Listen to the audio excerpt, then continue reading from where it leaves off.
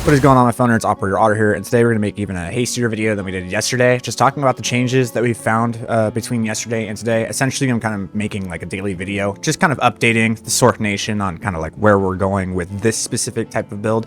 We've found that with the new infusions, there are just multiple varieties to what the Sorc can do with the Stormweaver, which is really, really fun. I love being able to see. We saw Frostbolt builds, we saw Comet builds, we saw a Fire build. We're seeing all sorts of different things, different possibilities for the Sorc this season, and they're all really, really good. And I'm really happy about that. I'm really happy to see what the Sorc community can come out with. What we're doing right now is we're going to talk about the changes that we've made between yesterday and today. And there's going to be quite a few of them, but I'm going to try to go over them quickly. And then I will also have the Path of Builder link in the description below. So first, let's go ahead and talk about any type of gear changes that we've made. So the first gear change that we made is we have gone to a dueling wand. I have crafted this wand. There is actually a very, what do you want to call it? Rather consistent way to craft these wands. And what we want on this wand is something different, but this is essentially the wand we're going for. Really, it's the Spell Slinger is what we're going for. What the Spell Slinger allows us to do is to drop Comet at the whim of a hat. You want Comet on something like Spell Slinger or Cast on Critical, because if we take our Comet here and we go ahead and put it anywhere on our bar, let's go ahead and put it on Shifty, right? So if you take Comet and you cast it, you can see how it takes a long time for the Comet to drop. And because of that, that slows down the gameplay. It leaves you very open to getting attacked. So what we want to do is you actually just want to put the Comet on the Spell Slinger. Now, the question you may have is, does the Comet on the Spell Slinger actually confuse all of the fire infusions with Spell Cascade? And the answer to that is yes, they do. So when you use Spell Slinger, you can instantly drop these Comets at command right on the target that you want. You don't have to wait for the cast on critical to trigger. You literally just cast it on the target that you want, and it does a lot of damage. It's very, very good. The second change that we made in terms of the gear is just really going for high amounts of energy shield. Our damage, as you saw from the last video, is doing just fine. We can upgrade the damage a lot more. In fact, you could probably get 4 to 5 times more damage on this build very easily. But right now, we're having issues dying. So what we've done is we've really invested into being able to get a good robe. I was able to get this for 4 divs, which is pretty good. This is a triple resist armor piece that gives a lot of energy shield. We would like to have Spirit on this, but putting Spirit on this immediately jumps the price from 4 divs to like 16, 18 divs for the same stat lines in terms of the energy shield and the triple resistance, which is really hard to do. So we're just going to go for the cheaper option right now. We will want Spirit in the future, but this is a good option. This gets us up to 7,000 energy shield with Chaos Inoculation, which allows us to survive much better. We were having issues in the beginning of the stream dying a lot. This now allows us to survive much better. We can actually run T15s with a 6 modded Waystone with 3 rare tablets in it very comfortably now. And I'm going to stream that later today so you can come in and watch that, but it's functioning very, very well. So in terms of gear changes, last one I would say that we put in was going to be the staff. When you get a staff, you really just want a chiming staff that has, this one's level 17, you obviously want a level 18 Sigil of Power, but this is just cheap. You don't care what to spell skills it gives, it doesn't matter if it's fire, lightning, or whatever, because you're just trying to get it to buff up the elemental weakness, and elemental weakness is lightning, cold, and fire. So it doesn't really matter too much. Upgrading the level of Frostbomb doesn't do anything except modifies its damage at this point, because it's able to apply it to any target of the level, so it doesn't matter. And then the next thing that you really want is this cast speed. You want a very high amount of cast speed. That way, when you do the auto swap, it actually casts the spells very fast. So if I'm right here, it'll just drop the spell very, very quickly. So that is something that you want to go for in your staff. Okay, from there, let's talk about some gem changes. So obviously, we have the Spell Slinger. I'm not going to go over every single gem here, but I want to go over the ones that are important from the changes that made the biggest difference.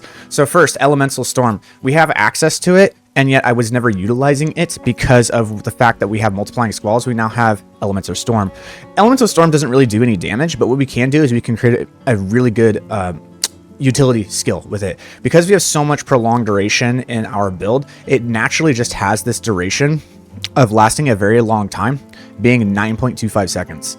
And so we don't really need to do anything to modify duration. What we're going to do is we're going to make it knockback. We're going to make it slow because this increases the slow magnitude of it. And Elemental Storm actually has hinder on it, which is super nice. So because it has hinder right here, it puts the slow on them, so it's going to increase the potency of that slow.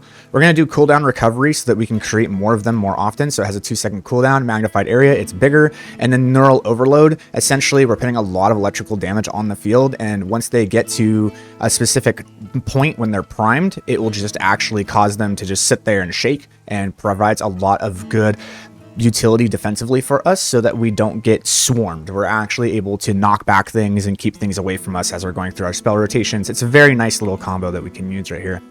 For the Spell Slinger, we're obviously going to be using Comet with Rising Tempest, because when we cast our elemental weakness, that counts as all 3, so we just get a 36% damage bonus.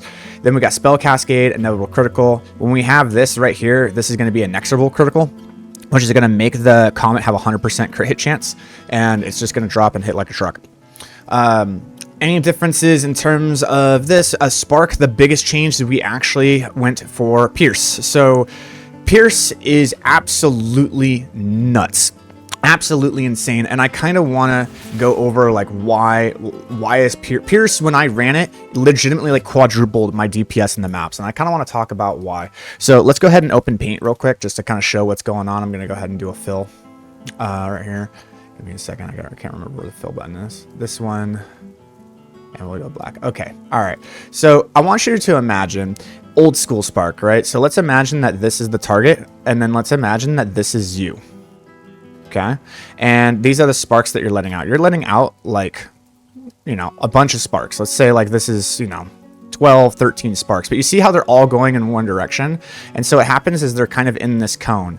And now as they go forward, let's say that like one ends up over here, one ends up over here, one ends up over here, one goes over here, one goes over here, one goes over here, one goes over here, right? And so the chances of them going back to the target, because they're all surrounding the target, are relatively high. And so that means that when, you know, you have one that hits a target and dissipates, it's not a bad thing, because there's so many. Like let's say that this one right here was the one that hit the target originally. You still have all of these that are surrounding the target and allow it to come back and hit.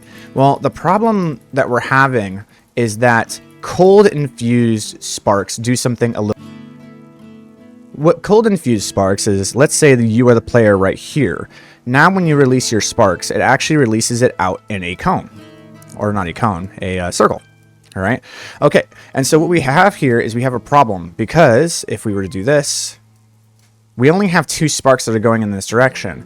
And if we have 4 or 5 enemies, when one of these sparks hits a target like this, now you only have 1 spark left. Now you have no sparks. And these targets are all free to not get damaged. Now, if you run Pierce, now what's able to happen is they're actually able to go through all of them. And so now you're able to increase your damage quite substantially. It has been the biggest DPS and the biggest savior in terms of mapping that I've found. Usually we never ran Pierce because we were just able to launch so many sparks in a specific direction that it didn't really matter, and we had the DPS. But now with the cold infused sparks, because even though we're launching more projectiles, we're launching less projectiles in a certain direction that we want, even though they're empowered. So having the Pierce is a very powerful DPS gain. So that's something that I would suggest. The next thing we're going to talk about is Arc with Sorc's Revolt. So I don't know exactly what's happening mathematically here, where it's just 80% for every reseal, or it's 80% less damage, or 80% of the previous damage of the reseal. Regardless, let's talk about what Unleash was doing. Unleash had full damage, and then each seal was 50%. The infusions multiplied it by 3, so we got a total of 6 arcs with an Unleash infused arc cast. Well, what's happening right here is that we're actually able to get 4 infusions, so the 5th one isn't going to be infused, or 5th one I should say, but the damage output is either going to be 13.4 arcs or 10.4 arcs. We don't necessarily know. I'm not quite sure, but what I will say is something like this. Watch. I have my 5 arcs, 4 lightning infusions, blap. It uses all of them. So it consumes all of the infusions of the arcs. The arc now hits like an absolute dump truck. It one-shots almost everything. It is insane how much damage this arc is doing. And the arc is very low right now in terms of levels. This thing, last season I was able to get the arc to legitimately hit a target for like 16 million damage. This season, I have a feeling that the arc is probably going to hit around 30 mil with Sorc and what it's able to do with that. So we'll see what happens, but that's a really, really powerful change. The problem is that it puts it on a cooldown. So now we have a 6.62 second cooldown, but we're still generating a lot of lightning infusions. So what do we do with these lightning infusions when our arc is on cooldown? And I started looking around and I found Frost Wall. This is probably one of the coolest additions to the build, being the Frost Wall. So cool thing about the Frost Wall, let's go ahead and create our lightning infusions real quick. There we go. All right, so something about the Frost Wall. Check this out. So Frost Wall right here, what we can do is we can put Spell Cascade and Spell Echo into it with the multiple abundances of the elemental skills that we have. So now when we cast it, it consumes all 4 of the lightning infusions. And so now we have 4 ice walls out that are lightning infused, and we have our arc or our sparks to go ahead and detonate them. And it's really, really, really cool. So what we can do is we can go ahead and, as we're going through the map, we can go ahead and create a couple of these lightning infusions.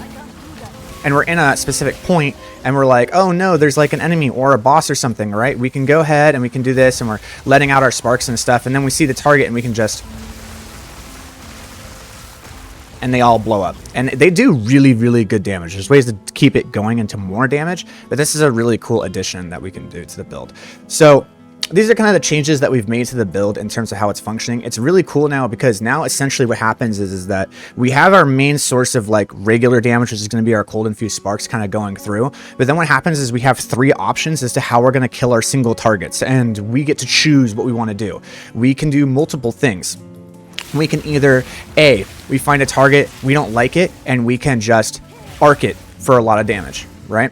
We find a target, we don't like it, we can just common it because we don't like it. We find a target that we don't like, and we can just blow it up with ice walls because we don't like it. And all of them are going to be infused and deal really big damage. And this kind of gives us a choose your own adventure playstyle where we, even though one may be on cooldown, we can't use it every single time, we can just swap between using one of the 3 and kill the target the way that we choose, which allows us to have a lot more expression of skill and choice into how we actually want to kill these targets. And it just makes it really flashy and really smooth. So these are the changes. I'm going to go ahead and leave you with some gameplay here, and you know, enjoy it while you can, and then I will see you in the stream. Have yourselves a wonderful one. Discord and stream links will be in the description below. Path to Builder will be in the description as well. Have a great day. I'll see you soon.